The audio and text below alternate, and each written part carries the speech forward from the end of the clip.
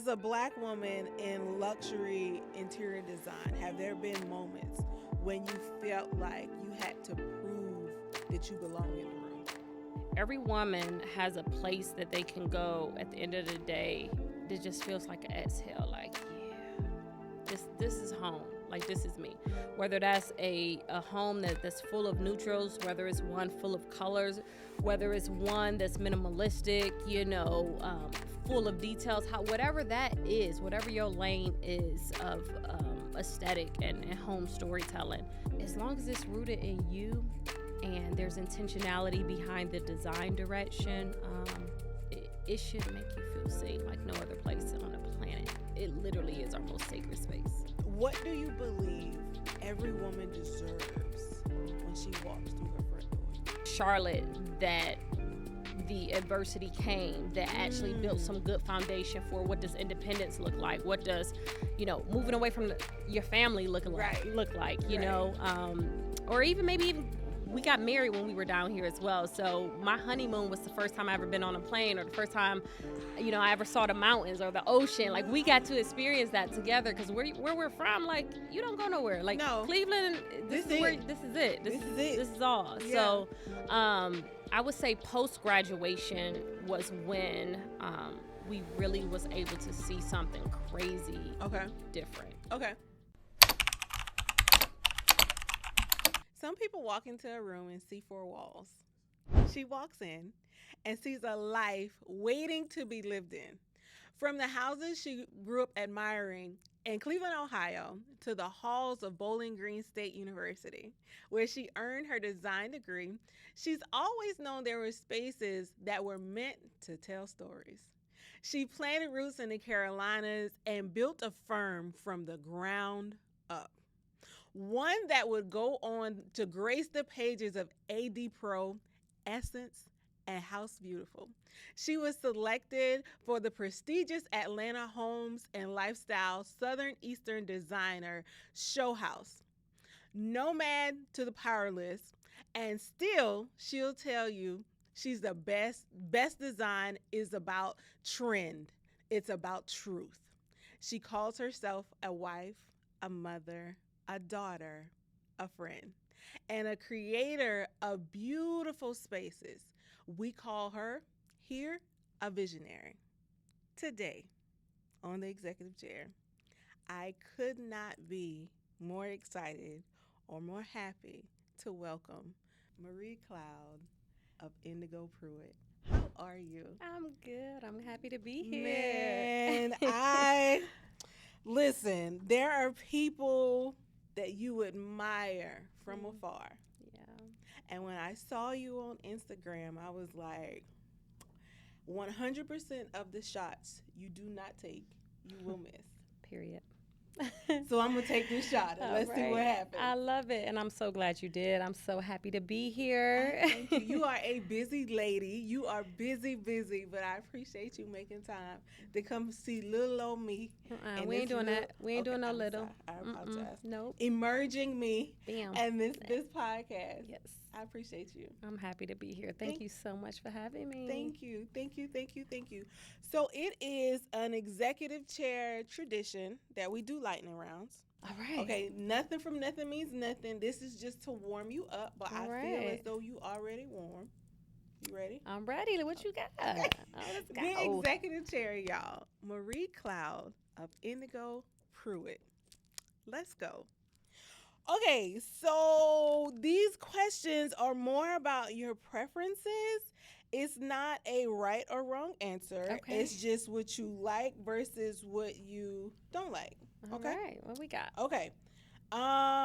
Wealth or wisdom? Wisdom. Ooh. And you stayed on that one. Mm-hmm. Okay. Being chosen or choosing for yourself? Chosen. Mm-hmm. I like that. God's timing or your timing? By default, I want to say God's timing, but girl, I be in my flesh sometimes, Come on now. We here to keep it real, right? Come on now. I love it. I love it. And sometimes I'll be like, I want it now. Right now. I don't want to wait. I want it right now. Okay. Systems or relationships? Relationships. Okay. Big teams or small team? Small teams. Okay. All right. Authenticity or approval? Authenticity every time. Every single time. Peace or power? Peace. That's my power right there. What we doing? I gotta have my peace in every lifetime. My peace is my power. Right. I gotta have them. I Uh-huh. gotta have them. Forgiveness or closure? Forgiveness. Ooh, I ain't there yet. Yeah. I ain't there yet. Yeah, I don't need closure. Closure's for you. Not my dog, not my fight. Yeah. I'm here for it. I'm here for it. A full heart or a full bank account? Now wait a minute. I knew I was gonna get you. Now wait a minute. I knew I was now. gonna get you. What? What? Yeah, a full heart or a full bank account? Full heart. I'm all mush inside for real. Oh, Lord. The full heart gonna lead me to the bag though. Okay. All right. Mm-hmm. Well, I want to try the bag, and I might be able to buy me a new heart. I'm with it. Where they selling them at? Where we get one of them at? Last question. All right. Family dinners or family vacations? We're going to the vacation. I know Okay, that's right. We gonna find a place to eat. we can can get eat dinner on there, vacation. right? Yeah, I'm here for that. Fly me out. Make my life better. I'm here for it. This portion of the podcast is brought to you by SDS Events, a luxury boutique wedding and event planning company based right here in Charlotte. Shawan has over 15 years of experience crafting weddings and events that are nothing short of extraordinary. From intimate ceremonies to full destination weddings, every detail is handled with precision and intentionality. If you're ready to bring your vision to life the right way, visit sdsweddingevents.com and book your consultation today. So, how did this even come about? Have you always been a visionary? When you think about Marie in Cleveland, Ohio, being, just growing up, have you always had the creative juices inside of you? Yep. Yes, I have. I think, I don't know if I knew I was a visionary early on. Okay.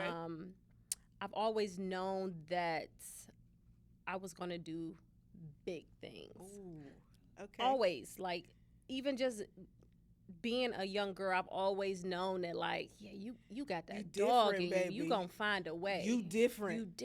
You know, and I don't think I was able to articulate it probably until adulthood. Okay. But you just always feel like there's more than just what's around you, right? There got to be more.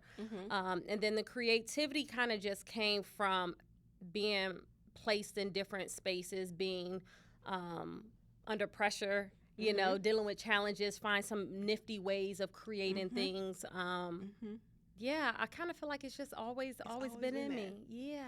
So did it foster itself, or was it in situations you saw yourself arise to the occasion? With creativity? Uh-huh.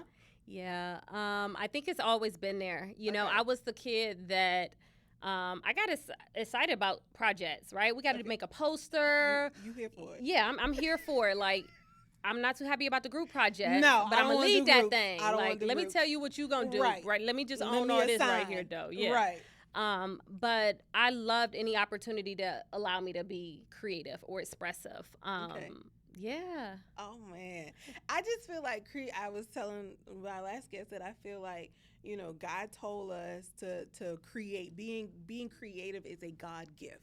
And not everybody fosters that. Not everybody taps into that. But once you realize that you are creative, I feel like it just flows. It does. It does. So, take me into your creativity. When you walk into a space now, when someone reaches out and says, I have a space and I would love for you to design, what's the first thing that comes to your mind?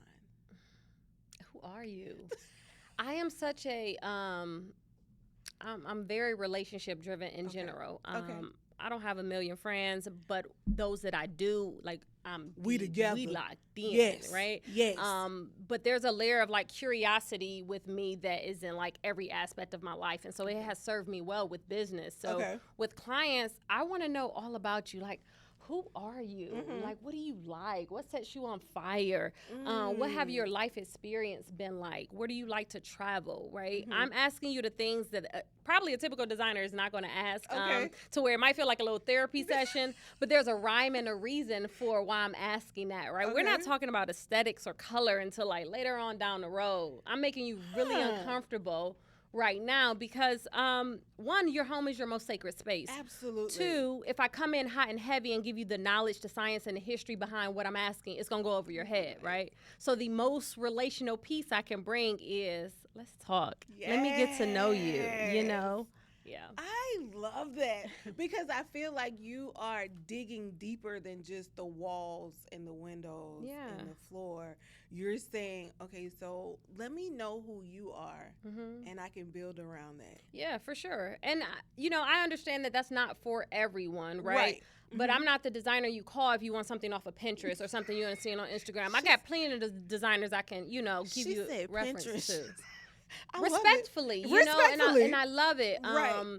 And I love that people come into these situations thinking they know what they want, right? But really, you're trying to replicate something you've already seen. So I'm the designer that's going to stretch and challenge that notion. And it gets very uncomfortable for some, you know, and that's okay. But that's just how I'm wired, and that's the way that we've built our success over time. To have you in this space. I had to, and I'm so grateful just because, like, y'all can't see this, right? Y'all can't see this, but your vibe and your aura is beautiful. Baby. Thank you. Oh my gosh, it is absolutely radiating, and I love that for you, and I'm excited to be in this space with you just because I feel like that's not something that can be faked. Yeah. It's just raw. Yeah, it's just raw, baby. And you get feel all of it. Oh, I love it. I love it. I love it. I appreciate that. Absolutely. I had to give it to you while I had it because I couldn't. So for spaces that feel luxurious but also emotional, like what don't you think people realize about creating in those spaces? One, that it is not a quick fix, right? Like, the goal is for it to evolve and for you to create something that feels layered like we are. Oftentimes there's an assumption in reference to style or aesthetic, like, I'm just this way. Right. No, you're not. No, you're not. No, you're not. Let's deep dive into that, right? Relax. And that it's okay that it has to evolve, right? But you got to pull back some layers that you may not know that you have, right? We got to really talk about, why do you love that Robin Ed blue so much? You might like it because you be at grandma's house, you know, during the summertime, and that ceiling is just like, that's like your memory subconsciously, you know?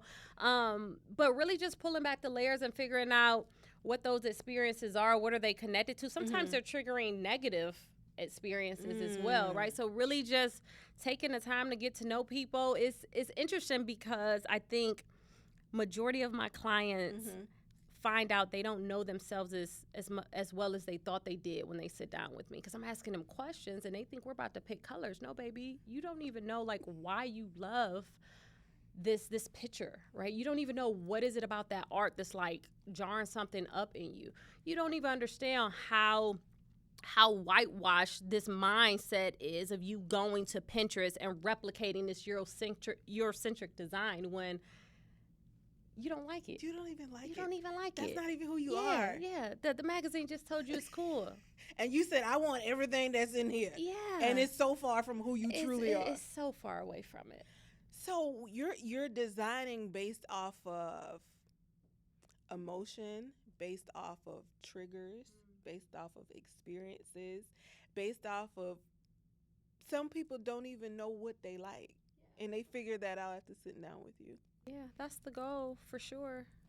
I mean, I feel like they owe you a counseling fee too. Do you work that into the invoice? I do not at all. I have a really good close friend of mine. She's a trauma therapist, and we really connected on like the intersection of like mental health and design. And you'll be surprised how many crossover layers there are. You know, I and never so thought about that. yeah, it's a lot there. But then also there's this theory called neuroaesthetics, and it's essentially the study of the built environment and how medical research is now saying, and I'm talking about research at Harvard, Penn Station, science is really telling us that our environment can impact our healing, our physical healing, right? So maybe one day we'll get to the point where doctors are actually prescribing certain remedies within the home. That is where the evidence is pointing. And so we're no longer sitting around allowing our environment to just be, right? Like, how are we being intentional about what we're selecting? Because maybe our health really depends on it. And that is where the science is taking us, right? And then you add a whole historical layer of, you know, what is your family lineage? You know, like, what do you really like? What is that narrative in your home? What are these heirlooms and these beautiful antique pieces in your home? You know, there's just so many layers to design outside of the pretty. I just wish we had more appreciation for it. And you know, I am a true believer that your environment sets the tone. Oh yeah, for sure. You know, like you think about paint colors and why you go to. I've been to several dentist offices, and almost every dentist office I've gone to, the walls have been purple because somebody told them, or maybe there is research that purple is calming. Yeah, it's subtle. You know, like our house is very white and cream, white and tan. And I told my husband, was like, well, why is all? I said, because it's, for me, it's clean. It means that it's clean. You know, my grandmother made us reset the table every Sunday, but she used to be a housekeeper on a plantation. Yeah. Yep. So the white, when you said that, I was like, right? That's where the white comes from. Right? Oh my gosh. And your mom exposing you to extremely nice places from a young girl. How much has that affected you and made you want to experience more spaces like that because of her planting that seed? Yeah, my mom, she is that girl. She created a foundation that allowed me to expose myself to new spaces, like as a non-negotiable as I experience life, right? So grew up on the east side of Cleveland, you know, didn't really get a feel for luxury at all, but also Cleveland, our homes are older homes, historic homes. They're for decent sizes, but they're really old. Okay. And so she would take us up the hill and, you know, tour around the city and see these massive historic homes that had so much character, so much charm that I didn't see Monday through Friday, you know, but the weekend was an opportunity to like expose yourself to something new, you know, and she's so good about sharing everything. She's like, what you see is what you get. I love that, and so I know her narratives. I know the mistakes she's made throughout life. She shared everything with us, but she filled the gap. You know, like anytime there was like a shortcoming or something that, you know, she didn't get to experience, she made sure that we were able to experience it, or at least have access to know how to experience it one day. Okay. And so I think that was her way of it, inviting us into a lifestyle that we weren't able to live, you know, daily. But it introduced me to architecture. It introduced me to historic lineage. It introduced me to a lifestyle that I wouldn't have been able to experience if it wasn't for those quick little 15-minute rides around a city, you know, that I don't go to, you know, throughout the week. But yeah, it was those moments where I was like, yeah, I think I need to tap in. Yeah, I need to see. Look, there's something else out there outside of my block, outside of the streets that I see every day. For sure. I feel like moving away from home is a life hack. You know, moving away from what you've seen for the last 17, 18 years, it changes you because then you realize how big the world really is. You know, And going to Bowling Green, was that something that had you decided that? Was that a goal, or did it just happen? It just happened, honestly. The expectation was college, right? Like, millennials, like we had went to college. We went to college. Yep. Yeah, you got to go. That was your only way out, right? Yep. And so decided to go to Bowling Green, which was only a couple hours outside of Cleveland, so it was away, but it was close enough to where I'm like, if we you got to needed get on to, back, right? Yep.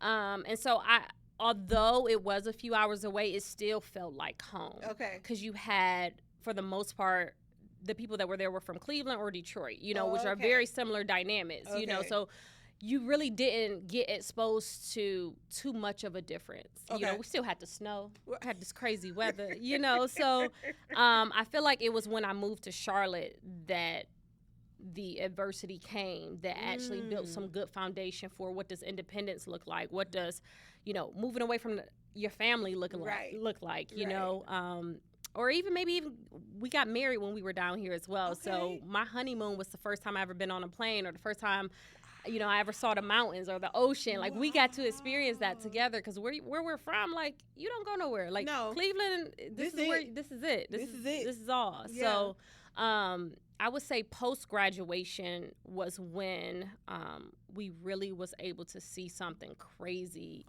different. Okay. Yeah. And Indigo Pruitt, how did you come up with that? So my maiden name is Pruitt. Right. And as I mentioned, I'm very close to my family, my maternal family. I'm very close. My mom is the oldest of 9. Our family is huge. All the cousins, right? Like, we crazy. All together. You see those Instagram memes about cousins? We them, okay? Very close to them. And my goal was to create something for legacy. Like, that was the goal. Absolutely, I want to create a business.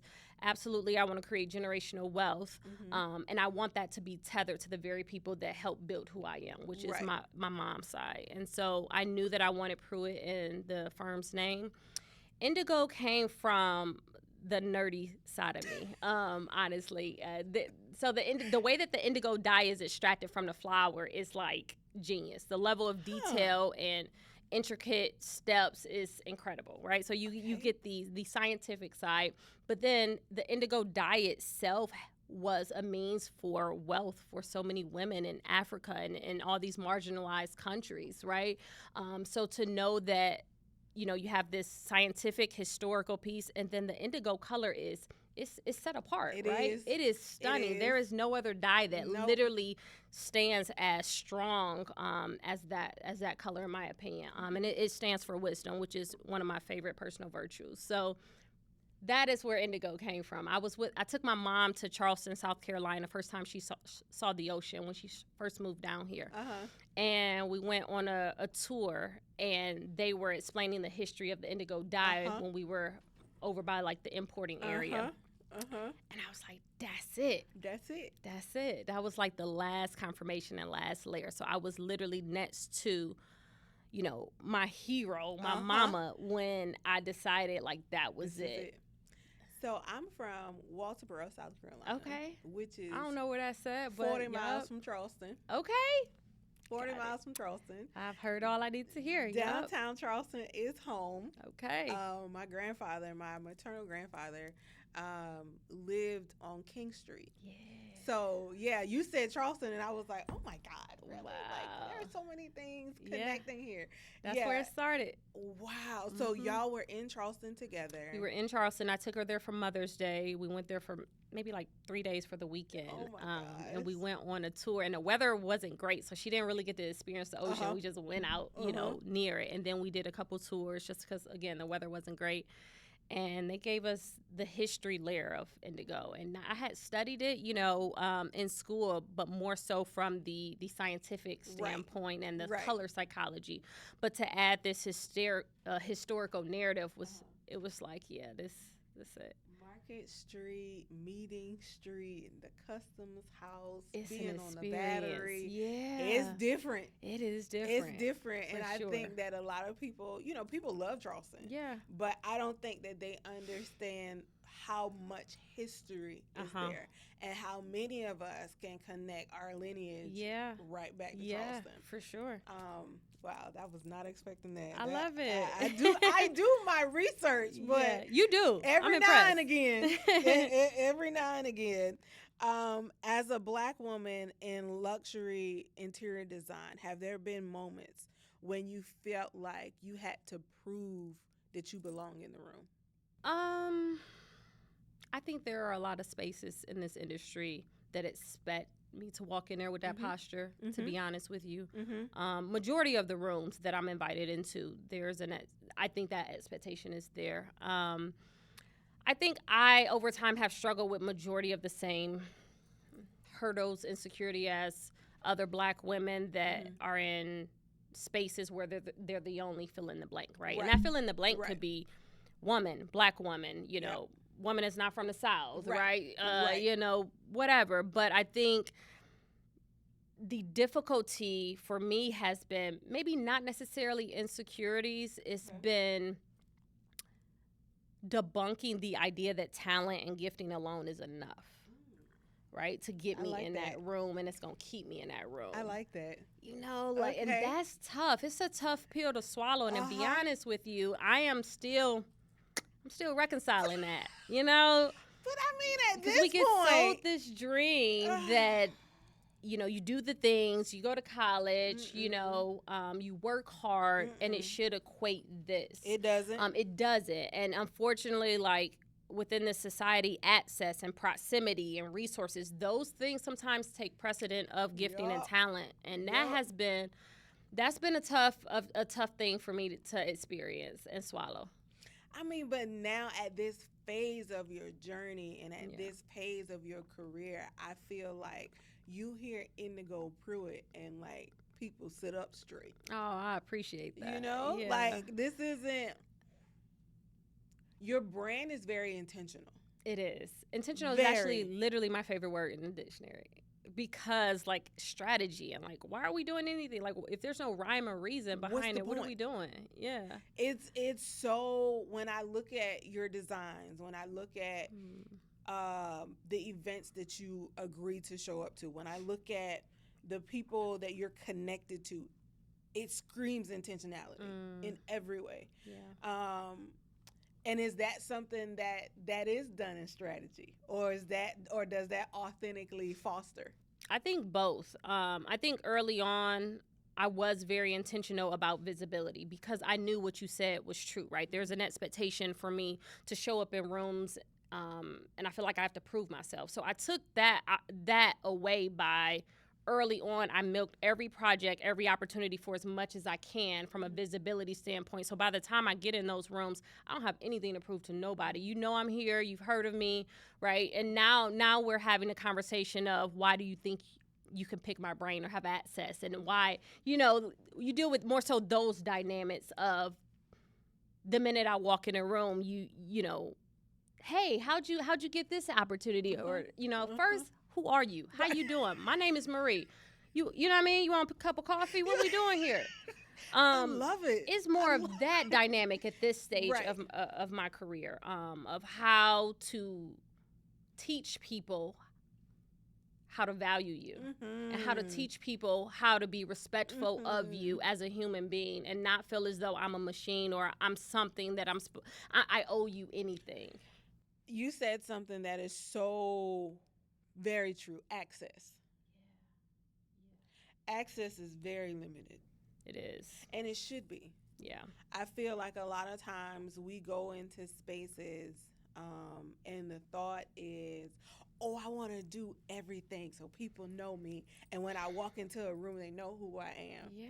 I don't want you to have that much access. No. And to be honest with you, that is tough, you know, because I don't, you know, because as I mentioned, I've always kind of felt like I wanted to do something big. I wanted my own business. I wanted my own. I've always felt that. I don't think I realized that there would be a lot of pressure from that access point, you know. So you mentioned that you didn't see that too much that I share my children, right? Nope. But that's intentional. You know, I had a woman approach my daughter in a grocery store because of this entitlement. Let me tell you something. Yeah. That ain't what you want. Yeah. On no day. Not with me, because I want all the smoke. You hear me? Bring the fire extinguisher. You got the right one. Ain't no Southern Belle over here. You got the right one, baby. Do you hear me? Yeah, you know, and so there's just so much gatekeeping of what that level of visibility, gatekeeping, but then also there's no path or blueprint of how to navigate this, right? Listen, and go ahead, I'm sorry. And also this expectation that you got everything figured out. You know, like, truth be told, we figuring this out as we go. Everyone from this level to this level and everybody in between. We figuring it out. Figuring it out. Some things you're flying by the seat of your pants. Yeah. Some stuff is grace. And some stuff just happens. That right there. Okay? Like, let's call a spade a spade. For sure. We not out here with no, you know, doctrine saying, oh, this is no. Nah. Some stuff you can't fight off. You can't. Some stuff God literally says, here you go. Here you go. And some things you don't have an answer for, right? Some things God has had this in his pocket for you from the beginning of time. And so I can't necessarily tell you about God's favor. He's just so good that way, right? And then there are some moments where it's like, oh, didn't expect that, right? Let me sit here and be obedient and really try and figure out, is this his will for me or my own or someone else's, you know? Yeah. Sometimes you just have to trust the process. You cannot make this stuff up. You can't. You literally can't. And it's amazing. I love this podcast, and I struggled at the beginning of the year with just trying to find its validity, trying to see if this was really necessary. Because there's a lot of noise. Yeah. Everybody got a mic and lights. Right. Everybody. Yeah, but everybody We're doing it with cameras. We're doing it with phones. Everybody talking. But what are you bringing? What value are you bringing? What life-changing information are you providing that somebody can take their time, which is the most valuable asset, and listen to you and get something from it and say, I never thought about it like that. Man, okay, that was a ramble. There is a difference between decorating a home and creating a sanctuary. What do you believe every woman deserves when she walks through her front door? She deserves to be seen. I think we give so much to the world outside of our homes. So much to the world, our families. And subconsciously, I think we shed parts of ourselves out there. And so my hope is that every woman has a place that they can go at the end of the day that just feels like an exhale, like, yeah, this is home, like, this is me. Whether that's a home that's full of neutrals, whether it's one full of colors, whether it's one that's minimalistic, you know, full of details, whatever that is, whatever your lane is of aesthetic and home storytelling, as long as it's rooted in you and there's intentionality behind the design direction, it should make you feel seen like no other place on the planet. It literally is our most sacred space. What is or what has been one of your best designs? One that just makes your heart smile every time you think about it? So, I've had the privilege of participating in multiple show houses, which is like, show houses they're like the Super Bowl in the design world. And typically you don't get that opportunity until you're like more of a seasoned designer. And so my first one that I did, I ended up doing two at the same time. Like, the level of stress and grit that season brought is like, wow. So there's so much fruit within even that pocketed narrative, right? The amount of grit and just like tenacity it took for me to just show up. But within that show house, prior to, you know, getting accepted and such, they send you the floor plan and they're like, you know, select your top spaces that you would love to design. Okay. Every designer is assigned a space. So I give them my top 5. You know, they had reached out, so I didn't have to do a formal application. It was just for formalities, right? But I gave them my top 5. Any of these, I'm cool. And this is my first one. So I'm like, it don't matter. Just let me in this thing. Let me get you in. know? Just let me get in. Let me get in here. So they come back and they give me a hallway. And mind you, this is a historic home in Greensboro. Okay. And they're like, you know, can you do this hallway? First of all, the hallway wasn't even on the floor plan, the sign. It wasn't even numbered. I don't even know where y'all pulled this space from. Where y'all got this from? What we doing here? Let alone it being on my list. So I'm like, okay, all right.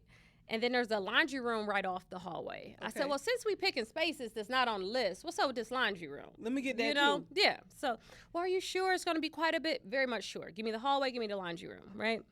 And there's a closet within that hallway, a linen closet, double door linen closet. I'm like, hey, can I have that linen closet? The homeowner, doesn't use it. It's just storage. We'd love to have that as well. Yeah, I guess if you want it, you could store your stuff in it. Well, tell us what you're going to do. Don't even worry about it. See you when it's done, right? You. The space ended up being, design the hallway, beautiful wallpaper, beautiful design.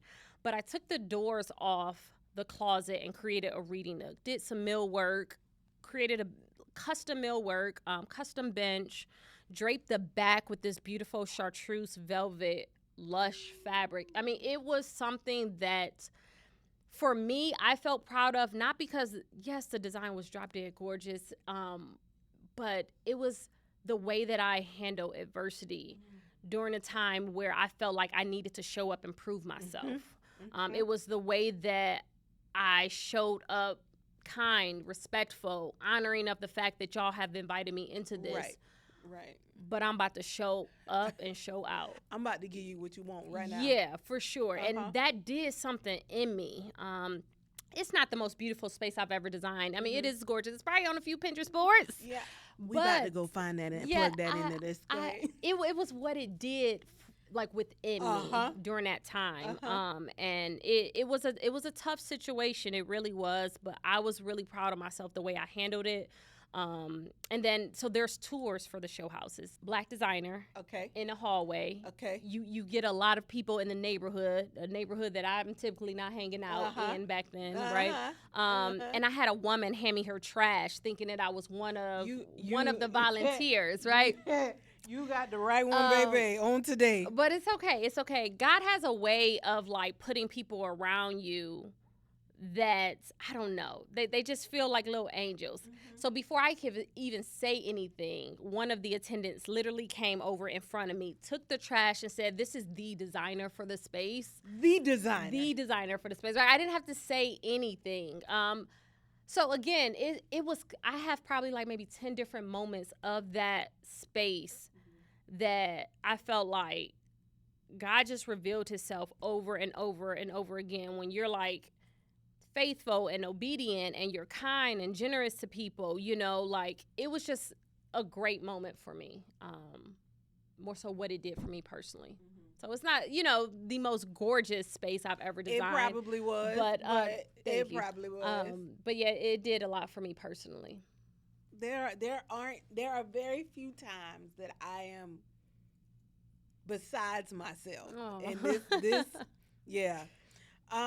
Let's talk about family for a minute, because I did not find a whole lot in my research, which again, that was very intentional. Yeah. I know that you are a mom. I know that you are a wife. What does family life look like? And the babies? It is, it's a rhythm, I want to say it's a balance, but what is balance these days? Some days are harder than other. I have learned to accept that I cannot be excellent at everything, right? And Virgo here. Yep, And, you know, we like our systems. We Yup. like things to be tight. We like to go above and beyond in everything. No shortcoming, tighten up, you know. But it has been such a gift of freedom to just accept, like, sis, like, just chill, Yeah. you know. And my husband he's incredible. I love that for you. He really is. He is the best example of a father that I never got to experience for myself. Wow. So to see fatherhood through him is such a gift to me. My kids are the best kids in the world. Yes. They light me up. They really do. So I mean, life with them looks like us figuring it out daily. It really does. I have pretty firm boundaries with work. I don't work too much after hours. I don't work weekends. And so occasionally they may see me on the laptop and they're like, "Mom, you're working." What are you doing? Yeah, That's you awkward. know. And so now I'm trying to actually tell them, I'm like, yeah, I am, because I also want them to know, like, it's okay. You know, if y'all go sit on your iPads, I'm gonna go ahead and knock this mood board out. You know, Real quick. yeah. Real quick. So, yeah, just being okay with giving myself freedom. And excitement for what can be without punishment for what's not, you know? That's good. Yeah. That's really good. And how long have y'all been married? We just celebrated 13 years, June 1st. Ooh, Yeah, with his fine congratulations. self. Come on, girl. now. I like that. I like that. Get me acting up in his chair. I like that. I say all the time, you can tell when a woman has been properly loved. Yeah. As soon as you say that man, we get all giddy. Yeah. And we be like, dang, what you want? Not on the day now. We got to stay in character. Yeah, for sure. What does the future of Indigo Pruitt look like? Are you, because I mean, you were just in New York last week. Yeah. I'm pretty sure that there are more things coming. Like, what does that look like right now? I want it all. And say it with your chest. Yeah, I want it all. My goal is to create a design empire like none other. I'm not limiting myself to only client work, to only product development. I want to create something that allows for there to be stepping stones for the next Black designer. And so for me, there's no ceiling. It's lights out. Within the last 3 years, I have went into another gear of let's go-ness. That's my word, let's go-ness. That I'm very excited about, right? And it comes with freedom of it's okay to fail, right? Yes. It's okay to figure things out as I go. It's okay that it looks different than the designer sitting next to me. I'm going to high-five you and say, get it, sis, and I'm going to get mine down my path, right? Yep. So yeah, the goal is to create branches of excitement around designers, inspire. My goal is to give to Black women in a way that the world does not in reference to home. So that's a piece I'm super passionate about. I think there's great opportunity between wellness and design to create some visibility within that. But yeah, to put it straight to you, all of it. And you know, I have a saying that your words have legs. Whatever you say is what you give life to. Yeah. And God has a way of those words making their way back to you. Because it always works together. Yeah. You know, when we have bad days, be quiet. Say nothing. That's good. Yep. Say nothing. Yep. Because good or bad, your words have legs. Yeah, that's good. You know? And you think about the things that you've said that you've walked into. Yeah. You think about the things that you've said that have found their way to you. For sure. You know? Yeah. I love that. I received that. Come on now. Yes. I love it. This was so good. So you spoke a lot about legacy. You spoke a lot about family. You spoke a lot about wanting to leave something behind, and the reasoning for you choosing Indigo Pruitt. Yeah. So I have been asking all of my moms to leave a love letter of legacy. So I want you to talk to that camera. All right. And give your babies your love letter of legacy. Oh my God, where the tissue? Yeah, it's all right. It's all right. See, my babies, Braylon and Jada. My hope for you is to explore and discover the depths of who you are, every layer, every fiber of who you are. Love it unconditionally. Know who you are and who you are not early. So when the world tries and tell you who you are, you have opposition that's honest and it's rooted in your truth. You both are brilliant and such a light, such a light. Know that mommy is exploring her dreams so that you know what it looks like firsthand to explore yours. Know that I always got your back. I'm 10 toes down, baby. Daddy is there loving on you, supporting you. Just go for it. Trust your gut, trust your intuition. Allow God to lead you. Don't look back. Love you so much. I love it. I thank you. I thank I you. thank you I so, appreciate so much, you. man. I could not have chosen anyone more fitting. You did exactly what I thought you were going to do. Thank you so And I much. appreciate you. I appreciate you. I appreciate you. Are you taking new clients right now? I am taking new clients. Okay. We also have diversified our service offerings. So Okay.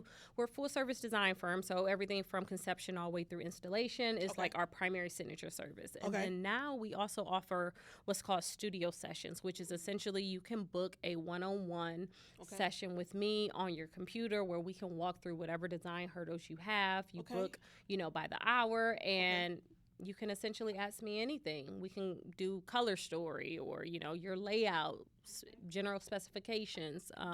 So that's a new service offering that has been doing really well that people are loving. If for those of you that don't necessarily want to do full service design, it's another alternative for you to still get that Indigo Pruitt experience. I love it. And I'm going to say this on camera. We are buying a house. And I'm going to call you. Call me, sis. I'm call pulling you up. because I'm going to need you. Okay. I am definitely going to need you in that process. I've been Pinteresting it so far. Yep. But yeah, I'm going to need you because that's going to be a different space. Yes, I love that for you. I appreciate you. Your website, contact information, Yeah. how can the people get in contact with you? Yeah, Indigo Pruitt Design Studio.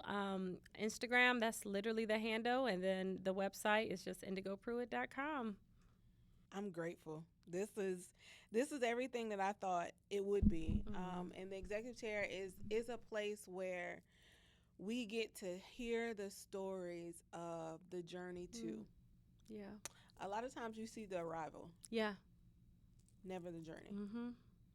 And this place is specifically reserved for the journey. I love it.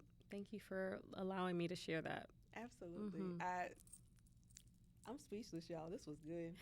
The executive chair, Indigo Pruitt, Marie-Claude, hands down, this was everything I needed.